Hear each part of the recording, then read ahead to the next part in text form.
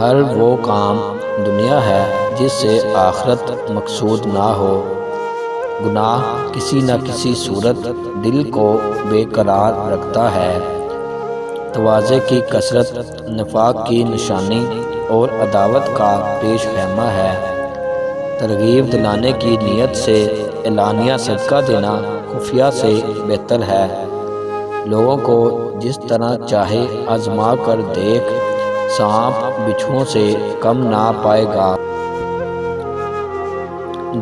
جائز ضرورت سے زیادہ طلب بھی شکوہ ہے۔ جس نے دنیا کو جس قدر پہچانا، اسی قدر اس سے بے رغبت ہوا۔ عمرہ کی تعریف سے بچو کہ ظالم کی تعریف سے غضب الہی نازل ہوتا ہے۔ حیا کے ساتھ تمام نیکیاں اور بے حیائی کے ساتھ تمام بدیاں وابستہ ہیں۔ تونگروں کے ساتھ عالموں اور زاہدوں کی دوستی ریاکاری کی دلیل ہے۔ عافیت کے 9 حصے الگ رہنے میں ہیں اور ایک حصہ ملنے میں۔ تعجب ہے اس پر جو دوزخ کو مانتا ہے اور گناہ کرتا ہے۔ اپنا بوجھ خلق پر نہ ڈالو، خواہ وہ کم ہو یا زیادہ۔ جس خوشبو کا تجھے حق نہیں، اس سے ناک بند کر لے کہ خوشبو کی منفعت ہی سونگھنا ہے۔ مجھے دنیا میں 3 چیزیں بہت مرغوب ہیں: تلاوت کلام پاک، بھوکوں کو کھانا کھلانا اور راہ خدا میں بے دریغ خیرات کرنا۔ وہ عالم جس سے علم کا نفع نہ ہو، وہ مال جو راہ خدا میں صرف نہ ہو، وہ تلوار جس سے جنگ نہ ہو، وہ علم جس پر عمل نہ ہو، اور وہ مسجد جس میں نماز نہ ہو، یہ سب ضائع ہیں۔ حیرت ہے اس پر جو تقدیر کو برحق جانتا ہے، پھر بھی جانے والی چیز کا غم کرتا ہے۔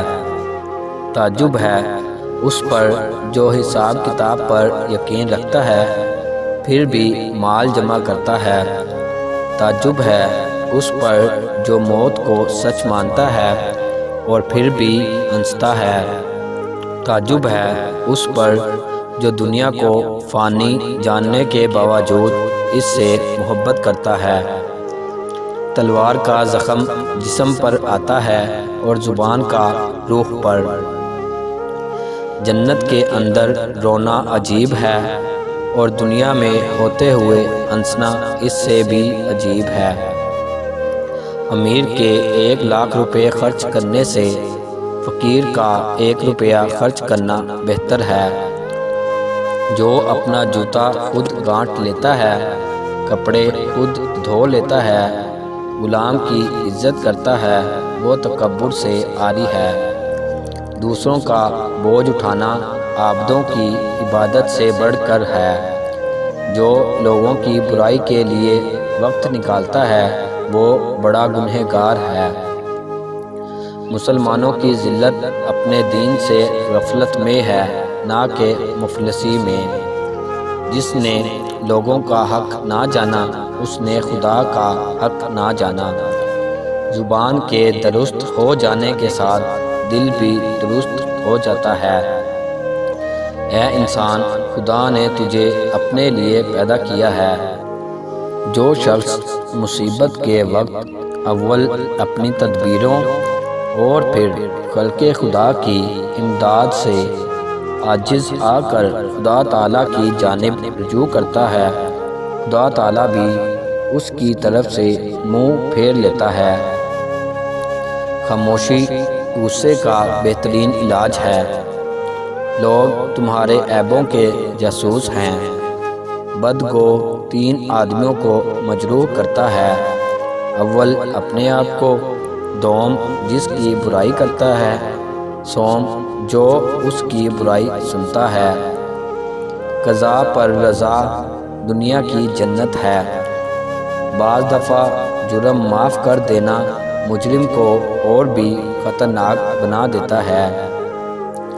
بہتر ہے کہ دنیا تجھ کو گنہگار جانے بنسبت اس کے کہ تو خدا تعالیٰ کے نزدیک ریاکار ہو۔ جو دل پاک ہو جائے وہ تلاوت قرآن پاک اور سماعت قرآن پاک سے کبھی سیر نہیں ہوتا۔ متقی کی ایک علامت یہ ہے کہ وہ سب لوگوں کے لیے یہ سمجھے کہ وہ نجات یا جائز ہے، اور اپنے متعلق یہ سمجھے کہ میں ہلاک ہو گیا۔ عمدہ لباس کی حرص بڑھے تو کفن، عمدہ مکان کی خواہش سر اٹھائے تو قبر کا گڑھا، اور عمدہ غذاؤں کی طلب زیادہ ہو تو کیڑے مکوڑوں کی خوراک بننا یاد رکھنا چاہیے۔ ایسی بات مت کہو جو مخاطب کی سمجھ سے باہر ہو۔ حاجت مند غربا کا تمہارے پاس آنا خدا کا انعام ہے۔ حق پر قائم رہنے والے مقدار میں کم ہوتے ہیں مگر قدر و منزل میں زیادہ۔ تو کتنا بھی مفلوق الحال ہو لیکن مغلوب الحال کبھی نہ ہو۔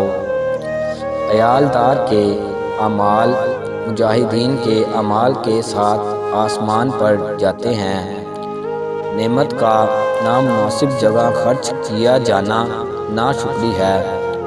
جس شخص کو سال بھر کوئی تکلیف یا رنج نہ پہنچے، بس وہ جان لے کہ میرا رب اس سے ناراض ہے۔ ضائع ہے وہ عالم جس سے علم کی بات نہ پوچھیں، ضائع ہے وہ علم جس پر عمل نہ کیا جائے۔ اعمال علم کا پھل ہے۔ سب سے بڑا خطا کار وہ ہے جو لوگوں کی برائیوں کو بیان کرتا پھرتا ہے۔ زبان کی لغزش قدموں کی لغزش سے زیادہ خطرناک ہے۔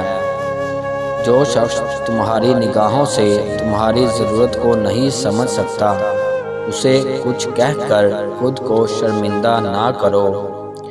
ظالموں اور ان کے متعلقین سے معاملہ مت کرو۔